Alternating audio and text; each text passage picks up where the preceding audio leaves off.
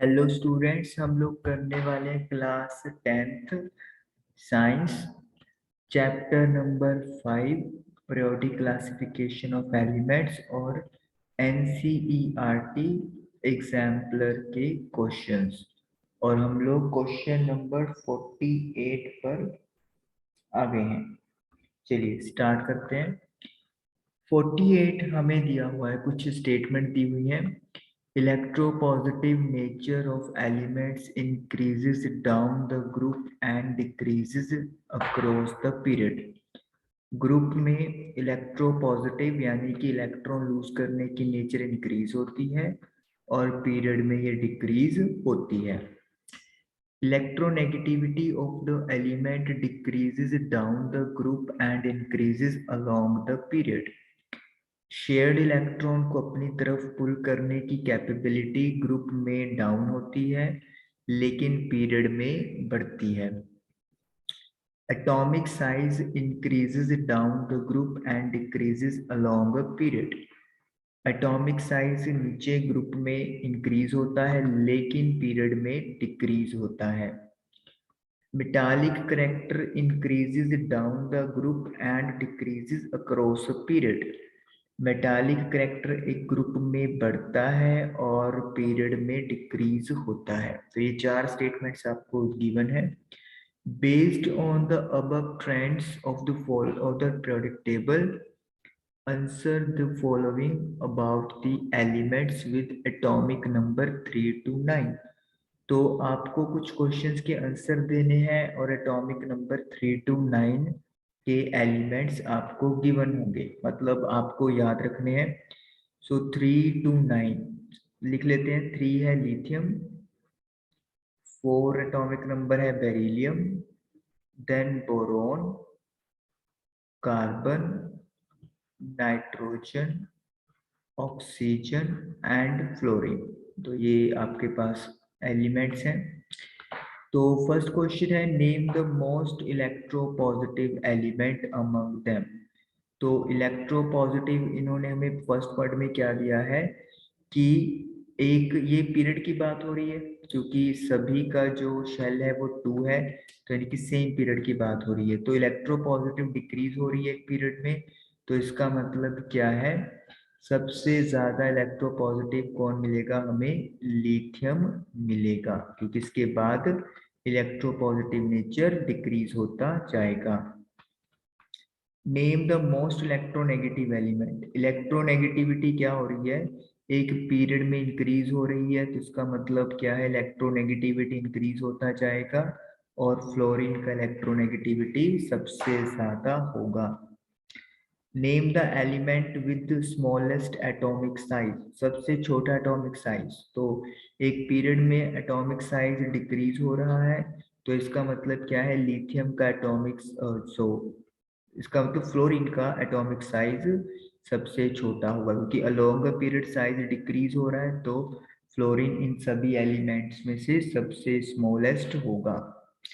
Name the element which is metalloid. Metalloid element कौन है यहाँ पर, बोरोन। बोरोन जो है वो आपकी बुक में क्लियर कट दिया हुआ है, बोरोन का कलर मेटलॉइड की कैटेगरी में है। Name the element which shows maximum valency. Maximum valency कौन शो करेगा, कार्बन। लिथियम की 1, बेरिलियम की 2, बोरॉन की 3, कार्बन की 4, नाइट्रोजन की -3, ऑक्सीजन की -2 एंड फ्लोरीन की -1। तो आंसर विल बी कार्बन। तो नेम बोला है हमें, तो carbon, boron, fluorine, fluorine and lithium. तो इस तरीके से क्वेश्चन नंबर 48 कंप्लीट हुआ। चलिए 49 करते हैं। Element x which is yellow solid at room temperature show catenation and allotropy. Element x है, येलो कलर का है, टेम्परेचर पे सॉलिड है और कैटेनेशन और एलोट्रोपी शो करता है। कैटेनेशन मतलब अपने ही दूसरी एटम के साथ कनेक्ट हो जाएगा और एलोट्रोपी डिफरेंट फिजिकल फॉर्म्स में मिलेगा। X forms two type of oxides which are also formed during the thermal decomposition of ferrous sulfate crystals. X दो टाइप के ऑक्साइड बनाता है, जो ऑक्साइड वो सेम है जो थर्मल डिकम्पोजिशन करते हुए बने थे फेरस सल्फेट क्रिस्टल्स के, and are major air pollutants, और एयर को पोल्यूट करने में बहुत बड़ा रोल प्ले करते हैं। तो फेरस सल्फेट के क्रिस्टल्स को हीट किया हुआ है हमने फर्स्ट यूनिट में, तो वी नो एक फेरिक ऑक्साइड बनता था, sulphur dioxide and sulphur trioxide. Now अब उन्होंने बोला है कि X दो टाइप के ऑक्साइड बनाएगा जो कि thermal decomposition of ferrous sulphate crystals में प्रेजेंट है। तो यहाँ पे क्लियर है कि सल्फर जो है वो दोनों ऑक्साइड्स में कॉमन है। तो एलिमेंट जो यहाँ पे जिसकी बात हो रही है वो कौन है? सल्फर है। तो sulphur is the element which is forming two type of oxides. Configuration लिखिए एक्स की। सल्फर का एटॉमिक नंबर 16 है, तो शेल लिख देंगे 2 8 6। तो this is electronic configuration of x यानी कि sulphur. Right the balance chemical equation for thermal decomposition of ferrous sulphate crystals. ये ऑलरेडी लिख दी है। फेरस सल्फेट के क्रिस्टल्स को अगर थर्मल डिकम्पोज करेंगे तो ferric oxide, sulphur dioxide and sulphur trioxide, ये तीन प्रोडक्ट्स बनते हैं। What would be the nature of oxides form? Oxides की नेचर क्या है? एसिडिक। नॉन मेटल के ऑक्साइड एसिडिक होते हैं जनरली, तो इसीलिए nature will be acidic. Locate the position of element in the modern periodic table. तो सल्फर की पोजीशन बतानी है, तो तीन शेल है, तो इसका मतलब पीरियड विल बी थर्ड। आखिरी शेल में 6 इलेक्ट्रॉन्स हैं, तो इसका मतलब 10 ऐड कर देंगे, तो ग्रुप नंबर 16 जो है वो यहाँ पर सल्फर एलिमेंट है। तो 16th ग्रुप का और थर्ड पीरियड में एलिमेंट सल्फर। चलिए 49th क्वेश्चन डन हुआ। अब चलते हैं नेक्स्ट क्वेश्चन पे। Element X of group 15 exists as a diatomic molecule and combines with hydrogen at 773 Kelvin in the presence of catalyst to form a compound ammonia, which has a characteristic pungent smell.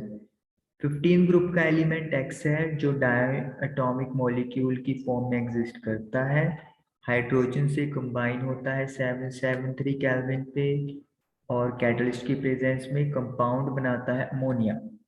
Ammonia का formula NH3 है। तो hydrogen इन्होंने बता दिया है, तो इसका मतलब किस एलिमेंट की बात हो रही है? नाइट्रोजन की बात हो रही है। तो यानी कि जो इन्होंने लिखा हुआ है नाइट्रोजन एलिमेंट को पहचानिए, तो nitrogen is the element. How many valence electron? कितने वैलेंस इलेक्ट्रॉन है? नाइट्रोजन का कॉन्फ़िगरेशन लिखेंगे, 7 एटॉमिक नंबर है, तो 2,5, तो वैलेंस इलेक्ट्रॉन 5 है। Draw the electron dot structure of diatomic molecule of X. What type of bond is formed in it? तो diatomic molecule का इलेक्ट्रॉन डॉट स्ट्रक्चर बनाना है, यानी कि नाइट्रोजन N2 का, और किस टाइप का बॉन्ड बन रहा है वो भी मेंशन करना है। तो नाइट्रोजन के पास 5 इलेक्ट्रॉन्स हैं वैलेंस शेल में, तो हम लोग क्या करेंगे? 5 क्रॉसेस लगा देंगे। तो 5 क्रॉस लगाने के बाद वो क्लियर कट दिख रहा है यहाँ पे कि 3 इलेक्ट्रॉन्स जो हैं वो वैलेंस की नाइट्रोजन की एटम शेयर कर लेंगी, लाइक दिस। तो इस तरीके से ये नाइट्रोजन का इलेक्ट्रॉन डॉट स्ट्रक्चर तैयार हो गया, और यहाँ पे हम लोग लिखेंगे ट्रिपल, ट्रिपल नहीं लिखेंगे, हम लिखेंगे 3 सिंगल कोवलेंट बॉन्ड, तो कोवलेंट बॉन्ड है, शेयरिंग ऑफ वैलेंस इलेक्ट्रॉन हो रही है साथ में, क्योंकि 3 यहाँ पर बॉन्ड बन रहा है, तो थ्री सिंगल कोवलेंट, नहीं ये तो गलत हो गया, 3 सिंगल कोवलेंट बॉन्ड बल्कि ट्रिपल कोवलेंट बॉन्ड, पहले से लिख रहे थे बल्कि ट्रिपल कोवलेंट बॉन्ड। जब दो एटम्स के बीच में एक लाइन बनती है तो उसे सिंगल कोवलेंट बोलते हैं, 2 लाइंस खींचेंगे तो डबल, और अब 3 है तो ट्रिपल कोवलेंट बॉन्ड कहेंगे। Okay, draw the electron dot structure for ammonia, what type of bonding is form in it. तो अमोनिया के लिए फॉर्मूला NH3 है, NH3। तो नाइट्रोजन पहले तो बना दो, नाइट्रोजन के टोटल 5 इलेक्ट्रॉन्स हमने बना दिए। अब 3 हाइड्रोजन है तो 1 2 3, तो इस तरीके से आप देख सकते हो अमोनिया का इलेक्ट्रॉन डॉट स्ट्रक्चर तैयार हो गया। विच टाइप ऑफ बॉन्ड, क्या बॉन्डिंग का टाइप है, वही है, देख सकते हो आप लोग कि इलेक्ट्रॉन्स शेयर किए जा रहे हैं एटम्स के बीच में, तो हम लोग क्या लिखेंगे यहाँ पे, कोवलेंट बॉन्ड। ओके, अब देखिए दो एटम्स के बीच में सिंगल लाइन है, तो इसका मतलब क्या है, this is single covalent bond. और कितनी सिंगल लाइन है, 1 2 3, तो 3 single covalent bond will be the answer. एक बार चेक कर लेते हैं।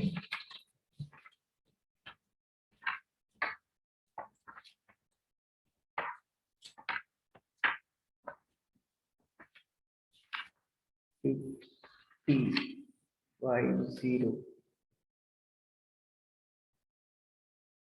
यस क्लियर है। तो इस तरीके से हमारा क्वेश्चन नंबर 50 डन हुआ। आई होप कि आपको तीनों क्वेश्चन ये क्लियर हुए होंगे। Thank you for watching the video.